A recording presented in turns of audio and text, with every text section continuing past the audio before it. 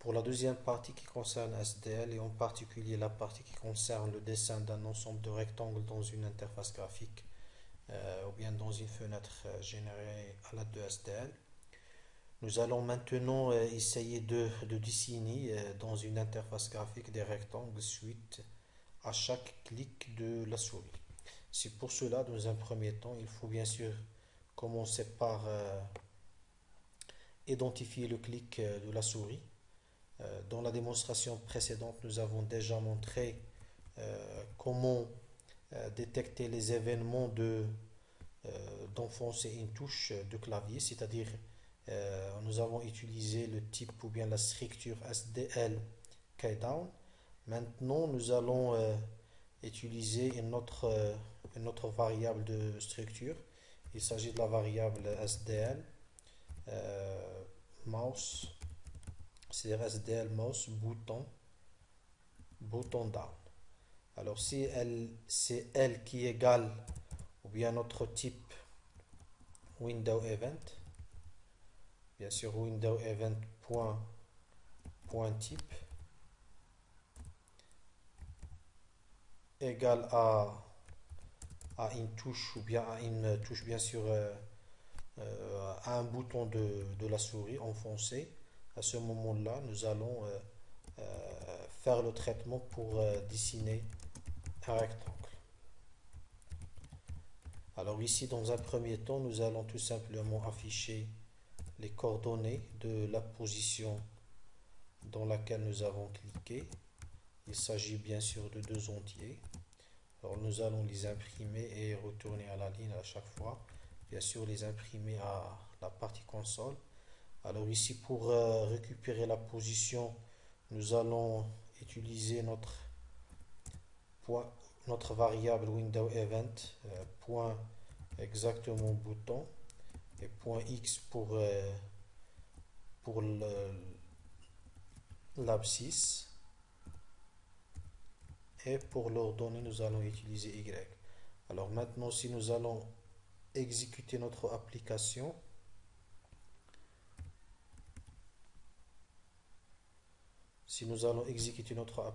suite à chaque clic, bien sûr, on arrive à afficher le X et le Y. Maintenant, dans le reste, nous allons tout simplement faire la modélisation nécessaire, c'est-à-dire nous allons créer une liste simplement chaînée de rectangles. Alors c'est pour cela il faut définir la structure de données permettant de manipuler une liste chaînée de rectangles. Et une fois définir la structure de données, dans le main, nous allons pouvoir créer le représentant de la liste chaînée ayant une adresse. Et ce représentant, par la suite, il va contenir l'adresse du premier élément, qui est un rectangle élément ici de type cette structure-là. Et bien sûr, dans la suite, nous devons mettre un ensemble de fonctions, à savoir créer un élément et ensuite insérer un nouveau élément dans notre liste simplement chaînée. Tout simplement, nous allons utiliser l'insertion au début de la liste et par la suite, nous allons finir avec une fonction qui va permettre de dessiner la liste chaînée, tous les rectangles appartenant à notre liste chaînée, tout en recevant bien sûr le représentant de la liste. Alors si pour cela, il faut commencer tout d'abord par créer la structure de données par type def. Alors type def struct. Alors on va la nommer rectangle element. Et chaque case ou bien chaque élément contient un rectangle de type SDL rect.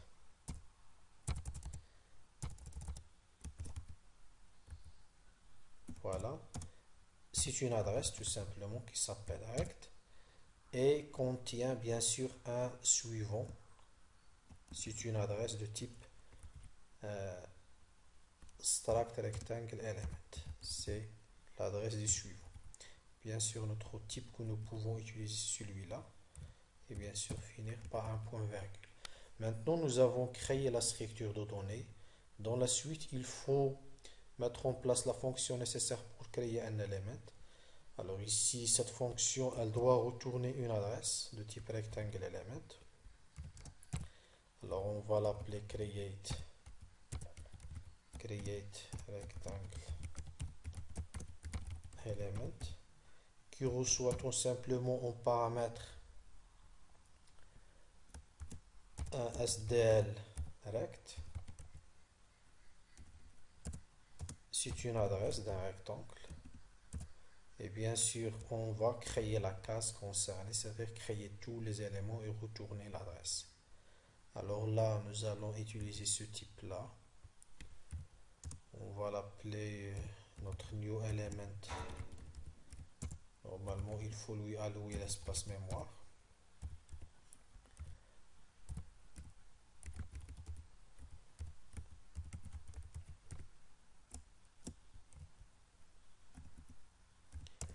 Ensuite, lui assigner les informations nécessaires, à savoir son suivant qui est initialisé à nul. Et par la suite, bien sûr, c'est l'information rect qui va recevoir tout simplement l'adresse rect. Une fois la créée, il faut la retourner. Voilà, maintenant nous avons implémenté la fonction createElement. Dans la suite, nous allons faire l'insertion au début de notre liste. Alors pour faire l'insertion, on va begin. Elle reçoit en paramètre un SDLRect et bien sûr reçoit en même temps en paramètre la liste chaînée qui représente ou bien l'adresse du premier élément. Nous allons mettre un double étoile parce que nous allons modifier la tête de la liste. Donc la liste chaînée va être appelée rectangle avec S rectangle. Voilà. Et dans la suite, bien sûr, il faut commencer par créer notre nouveau élément. Alors ce nouveau élément, normalement, il est récupéré à partir, c'est une adresse récupérée à partir de la fonction createRectangleElement qui reçoit en paramètre un rectangle. Et cette adresse-là, cette nouvelle adresse, elle va représenter la tête de la liste, c'est-à-dire new element, son suivant bien sûr, égale la tête de la liste. Et bien sûr, une fois mettre le suivant, c'est-à-dire notre nouveau élément que nous allons l'insérer, son suivant est la tête de la liste, parce que nous allons insérer au début de la liste.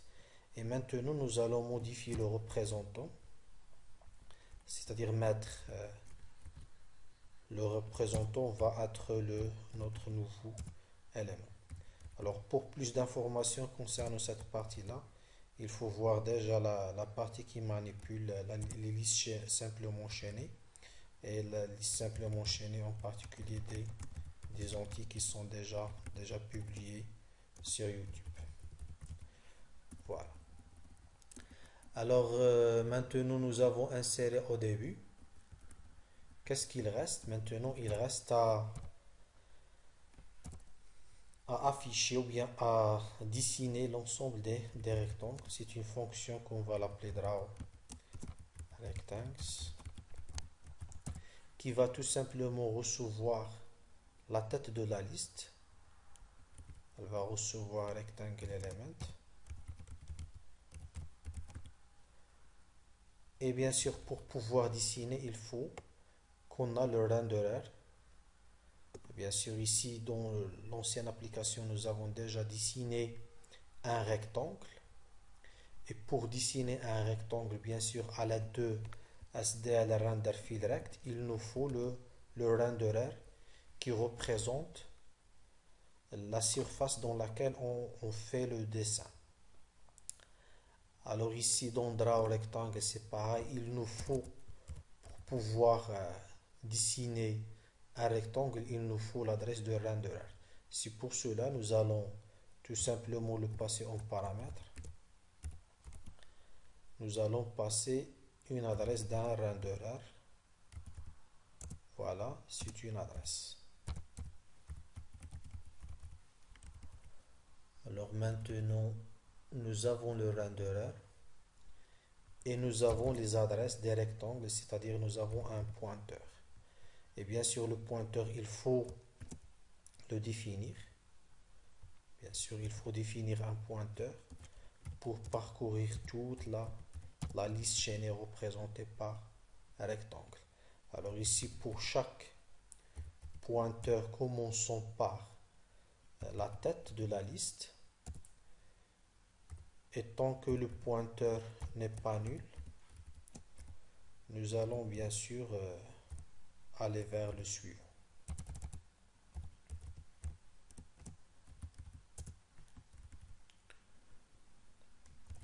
Alors, suite à ce traitement-là,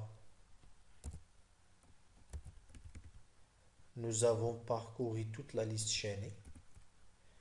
Et chaque élément ici, chaque élément qui s'appelle pointeur, il contient une information qui s'appelle rect, que nous pouvons la dessiner. Donc ici, nous allons dessiner rect qui est une adresse. Alors maintenant, à chaque clic de la souris, qu'est-ce que nous allons faire?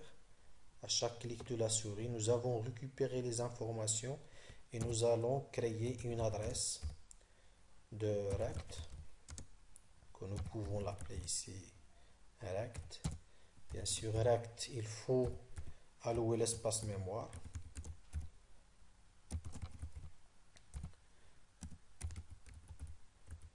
Maintenant, à chaque clic de la souris malloc size of stl rect. Maintenant, à chaque clic de la souris, nous avons créé une adresse d'un rectangle. Et cette adresse-là va avoir des coordonnées, bien sûr. Il va avoir notre rect, il va avoir. Alors ici, stl rect, malloc size of stl rect.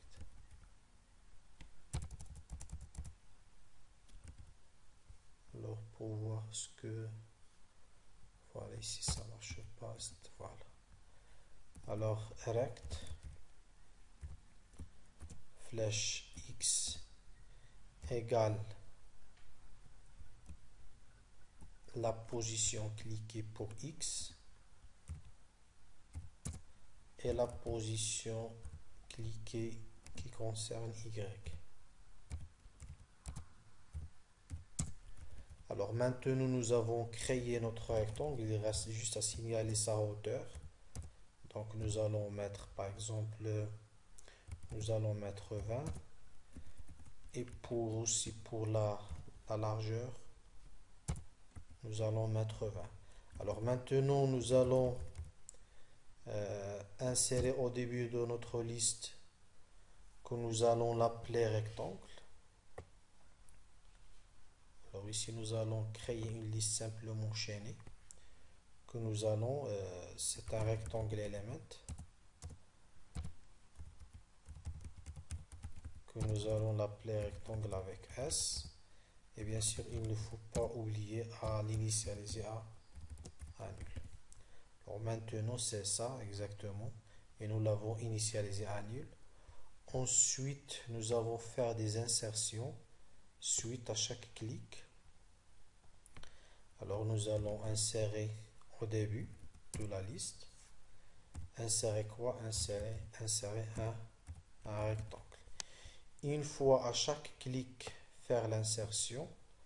Ensuite, on va à chaque fois redessiner à l'aide de notre boucle principale, cette boucle-là, nous allons redessiner l'ensemble des éléments. Et parmi ces éléments-là, il y a les éléments que nous avons appelés rectangle avec S. Et bien sûr, pour pouvoir dessiner, il faut passer le renderer dans lequel nous allons faire le dessin. Alors maintenant, Ici, nous allons tester notre application pour corriger les éventuelles erreurs. Alors ici, non, c'est pas ça normalement. Voilà, il faut faire le renderer ici. Voilà, dans Draw Rectangle. Alors voilà notre fenêtre principale. Bien sûr, ici, nous avons récupéré la position. Par contre, il y a une erreur. Certainement, il s'agit des erreurs de la mémoire. Alors ici, pour l'insertion, est-ce que nous avons passé l'adresse? Alors ici, insert beginning, il faut passer l'adresse parce que dans insert beginning, nous avons passé double étoile. Voilà. Alors, il s'agit normalement de cette erreur. Nous allons vérifier. Voilà. Alors maintenant, nous avons pu dessiner notre interface graphique des rectangles pour mettre en place un ensemble de rectangles qui se dessinent à l'aide d'un clic de la souris. Bien sûr, nous pouvons mettre ce que nous pouvons, bien ce que nous voulons. Alors ici, std rapidement.